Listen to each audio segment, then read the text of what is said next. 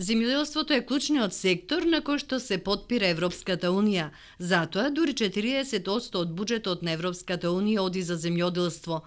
Ако направиме споредба со земјите од регионот кои го поминаа патот кон кој ние сега силно чекориме, ќе видиме дека оваа поддршка за 10 пати ќе биде зголемена, пари кои ќе се искористат за модернизирање на земјоделството, изјави министерот за земјоделство, шумарство и водостопанство Љупчо Николовски, информирајќи дека од денес платежната агенција ја започнала исплатата на првите земјоделци. До денес се склучени 898 договори, а во следниот период очекуваме дека оваа бројка ќе биде над 900 со вкупен износ до денеска кој што е контрактиран од 15,6 милиони евра вкупни средства, од кои што 11,7 се пари кои што доаѓаат од европските фондови, односно од ИПАРД.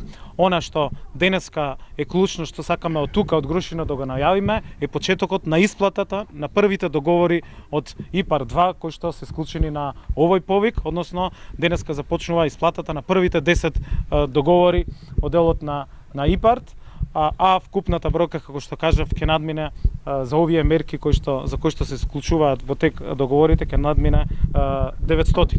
Преку програмата на ИПАРД 2 Македонија од Европската Унија доби 60 милиони евра за инвестиции за модернизирање на земјоделството.